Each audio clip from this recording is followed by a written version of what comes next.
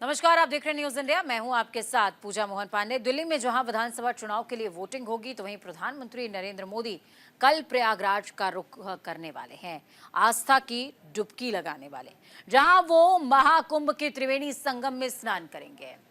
प्रधानमंत्री का ये दौरा बेहद अहम है कि हाल ही में महाकुंभ में मची भगदड़ में 30 से ज्यादा लोगों की जान जा चुकी है और 60 श्रद्धालु घायल भी बताए गए थे। रिपोर्ट्स के मुताबिक पीएम नरेंद्र मोदी न केवल धार्मिक अनुष्ठान करेंगे, बल्कि महाकुंभ की व्यवस्थाओं की समीक्षा भी करने वाले हैं और संतों से विशेष तौर पर मुलाकात करेंगे, भेंट करेंगे। उनका ये दौरा राजनीतिक और धार्मिक दोनों दृष्टिकोण से बेहद खास है। पीएम नरेंद्र मोदी के दौरे को लेकर हमारी ये खास रिपोर्ट देखिए।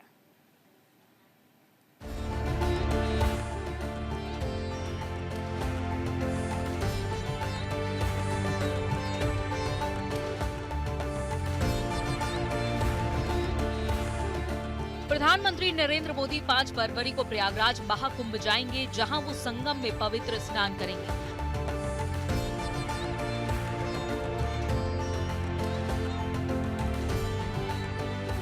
पाँच फरवरी को माघ महीने की अष्टमी तिथि पर पुण्यकाल में वो पवित्र त्रिवेणी में पुण्य की डुबकी लगाएंगे।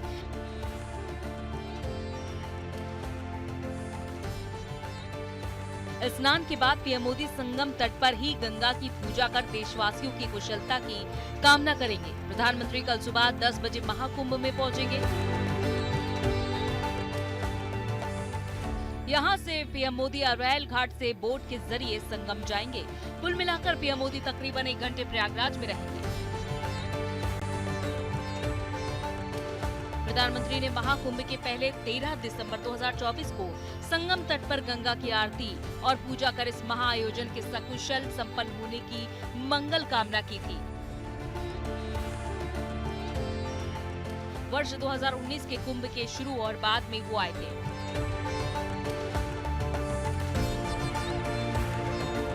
हिंदू पंचांग की माने तो 5 फरवरी माघ मास की गुप्त नवरात्रि की अष्टमी तिथि है, जिसे धार्मिक दृष्टि से अत्यंत शुभ माना जाता है। इस दिन तप, ध्यान और साधना को बेहद फलदायी माना गया है।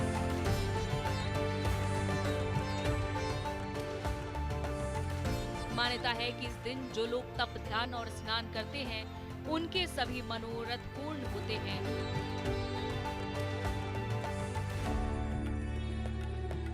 इसके अलावा ये दिन को भीष्माष्टमी के रूप में भी जाना जाता है।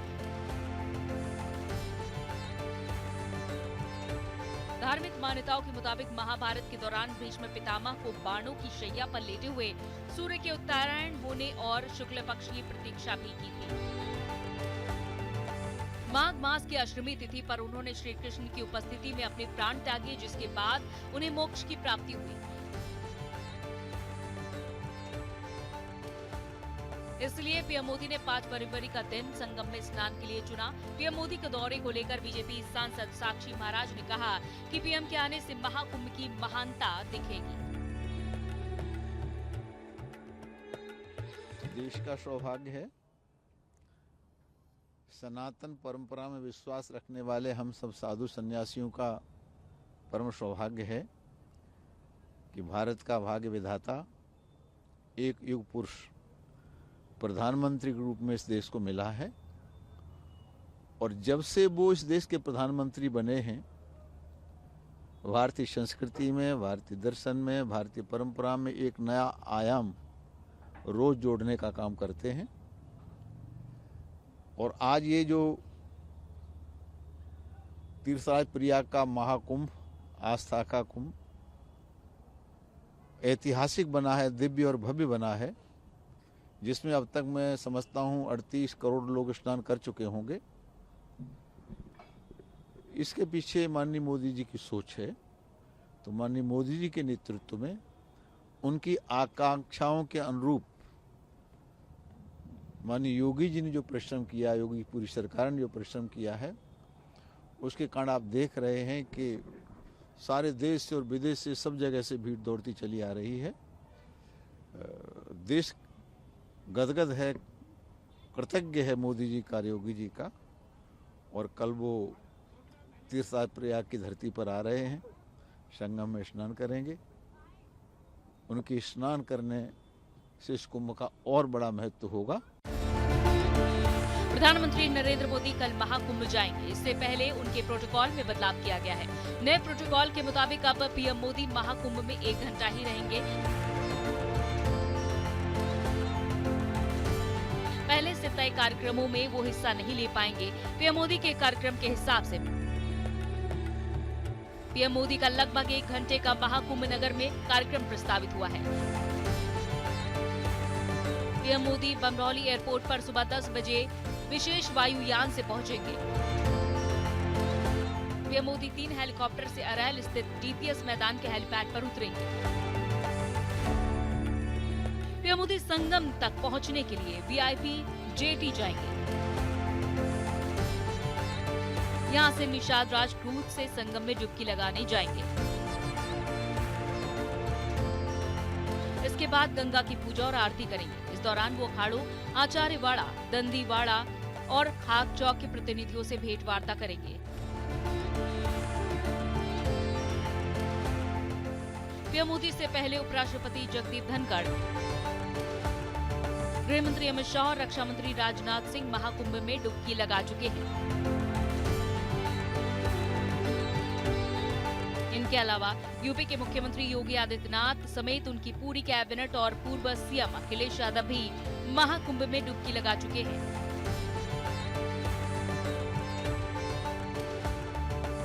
अगले हफ्ते राष्ट्रपति द्रौपदी मुर्मू का भी संगम जाने का कार्यक्रम प्रस्तावित है।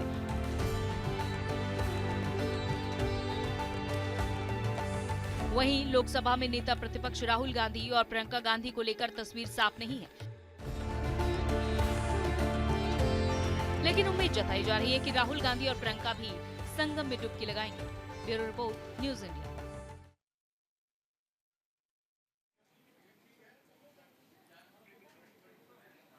महाकुंभ आस्था का सैलाब है। महाकुंभ वो स्थान जहां से चेतना का संवर्धन होता है और संदेश जाता है विश्व पटल पर कि यही वो स्थान है जो संपूर्ण विश्व को दिशा देता है।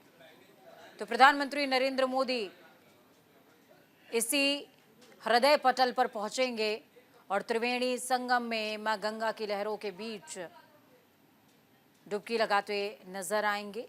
कल वो दिन है। आपको याद होगा प्रयागराज में जब महाकुंभ का आरंभ हो रहा था, अखाड़ा परिषद की तरफ से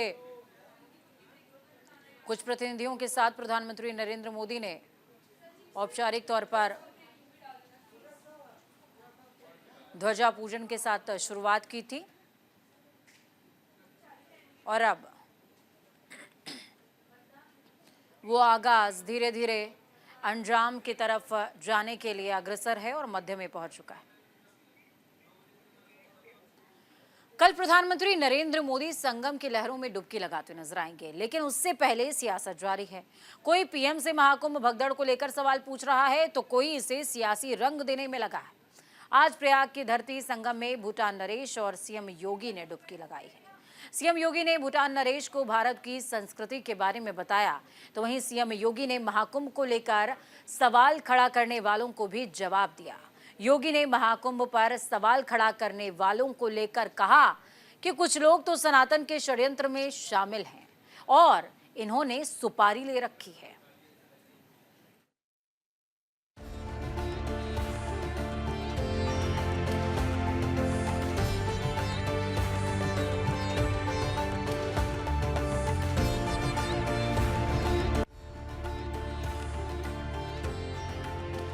सदी के सबसे बड़े आयोजन महाकुंभ 2025 में स्नान के लिए पूरी दुनिया लालायित है।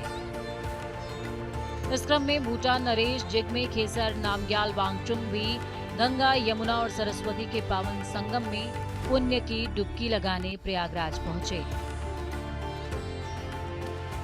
जहां मुख्यमंत्री योगी आदित्यनाथ ने उन्हें त्रिवेणी संगम पर विधिवत स्नान और पूजा अर्चना कराई। जिग्मे खेसर, नामग्याल वांगचुक सोमवार को ही टेम्पू से लखनऊ पहुंचे थे, जहां सीएम योगी ने उनका स्वागत किया।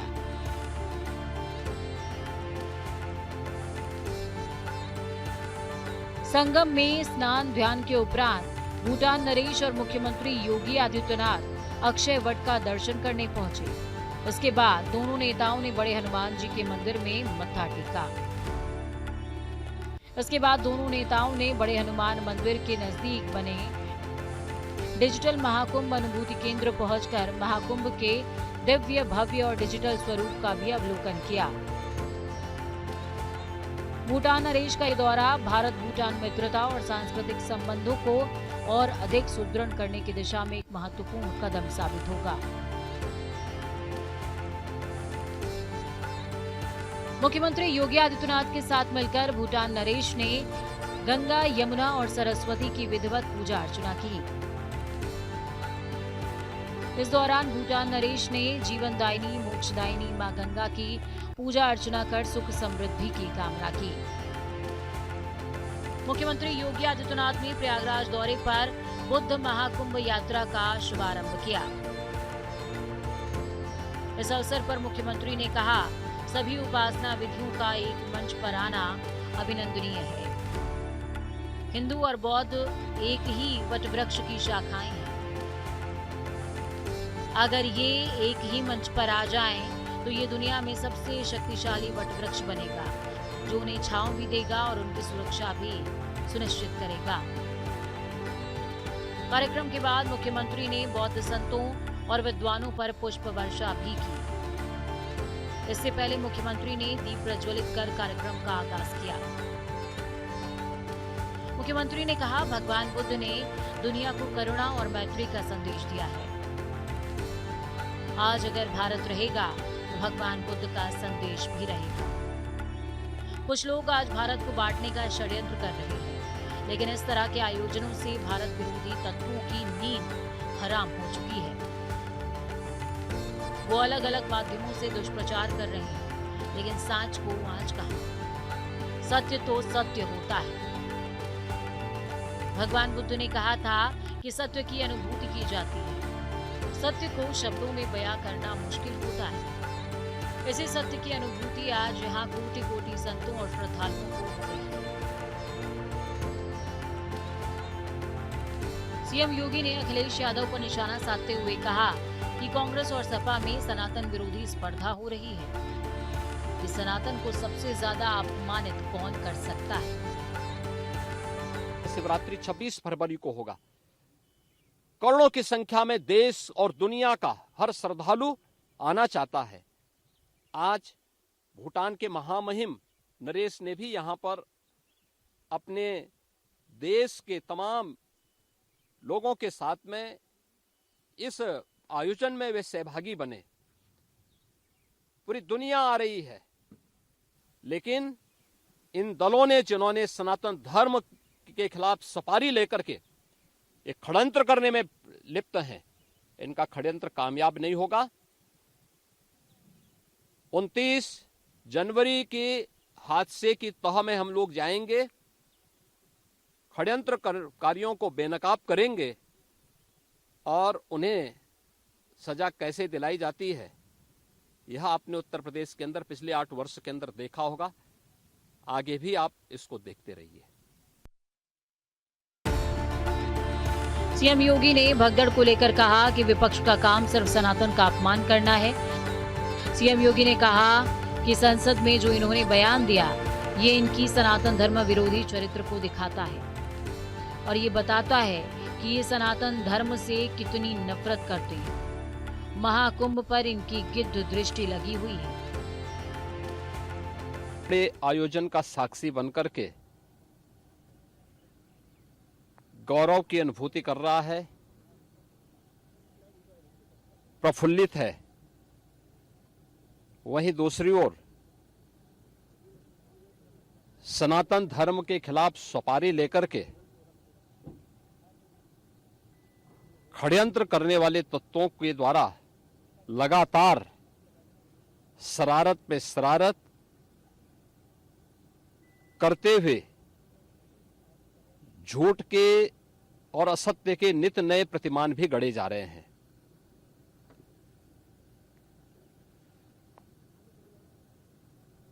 भारत के संसदीय लोकतंत्र की सबसे और सर्वोच्च संस्था देश की संसद में कांग्रेस अध्यक्ष श्री मल्लिकार्जुन खड़गे और समाजवादी पार्टी के अध्यक्ष श्री अखिलेश यादव का वक्तव्य इस ओर सबका ध्यान आकर्षित करता है। ये दोनों वक्तव्य न केवल इनके सनातन धर्म विरोधी चरित्र को उजागर कराता है, बल्कि इनकी उस गिद्ध दृष्टि की ओर भी सबका ध्यान आकर्षित करता है, जो लगातार इस महाकुंभ के खिलाफ पहले दिन से दुष्प्रचार कर रहे हैं। इनका ये बयान न केवल सनातन धर्म पर प्रहार है, बल्कि निंदनीय भी है और शर्मनाक भी। कांग्रेस अध्यक्ष का यह कहना कि प्रयागराज कुंभ में मौनी अमावस्या के दिन हजारों लोग मर गए, हमें अफसोस होता है। एक इतना वरिष्ठ नेता, कांग्रेस देश की जो सबसे पुरानी पार्टी है, उसके अध्यक्ष से अपेक्षा की जाती है कि वो एक मर्यादित बयान। अखिलेश यादव ने संसद में उत्तर प्रदेश की योगी सरकार पर निशाना साधते हुए कहा कि प्रचार किया गया कि 100 करोड़ की तैयारी हमने कर रखी है। अखिलेश यादव ने कहा, अगर सरकार मेरी बात को झूठा करार दे और बता दे कि 100 करोड़ लोगों की व्यवस्था की बात नहीं की गई थी, तो मैं इस्तीफा देने को तैयार हूं। अखिलेश यादव ने कहा, महाकुंभ में लोग पुण्य कमाने आए थे, लेकिन लाशें लेकर गए। वहीं इससे पहले खड़गे ने भी महाकुंभ में भगदड़ को लेकर निशाना साधा था। खड़गे ने कहा था कि ये सरकार मृतकों का आंकड़ा छुपा रही है। जब ये जानकारी हो गई कि कुछ लोगों की जान चली गई, लाशें हैं जो मोर्चरी में पड़ी हैं, अस्पताल में पड़ी हैं, उसके बाद सोचिए सरकार क्या कर रही है। अपने सरकारी हेलीकॉप्टर में फूड भर करके फूलों को डालने का काम किया। सोचिए, ये हमारी कहां की सनातनी परंपरा है। मैं जानना चाहूंगा कि जहां लाशें पड़ी रही हों, न जाने कितनी चप्पलें पड़ी थीं, न जाने कितनी चप्पलें पड़ी थीं, न जाने कितने कपड़े पड़े थे, महिलाओं की साड़ियां थी, कपड़े थे, लेकिन उनको कैसे उठाया गया? उन सबको उठाया गया जेसीबी मशीन से, ट्रैक्टर की ट्रॉली से। उनसे उठा करके कहां फेंका कोई नहीं जानता, लेकिन जब उनको लगा कि वहां से बदबू आ रही है, तो यही सरकार के लोग छिपाने लगे हैं। यही आपका महाकुंभ का आयोजन था। मैं महाकुंभ में दिवंगत लोगों को श्रद्धांजलि देता हूं, जिन्होंने आज हजारों की संख्या में वहां पर अपनी जान दी है। सर, ठीक है, मैं थाउजेंड्स बोला, इसीलिए मैं इस अंदाज से नहीं बोला किसी को ब्लेम करने के लिए, लेकिन वहां हुआ।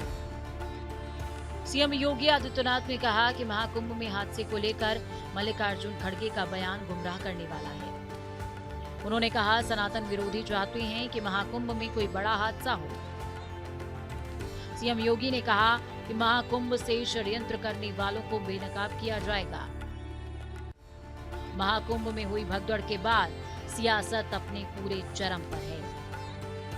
सनातन के इतने बड़े महापर्व को लेकर सियासत भी जारी है। दुनिया सनातन के गौरव को देखने, समझने और जानने के लिए प्रयाग की धरती की तरफ रुख कर रही है, लेकिन घर के अंदर ही लोग इस सनातन के महापर्व को लेकर सवाल खड़े कर रहे हैं। Bureau report, news India. इस खास प्रस्तुति में फिलहाल इतना ही। मुझे और मेरी टीम को दीजिए इजाजत। नमस्कार।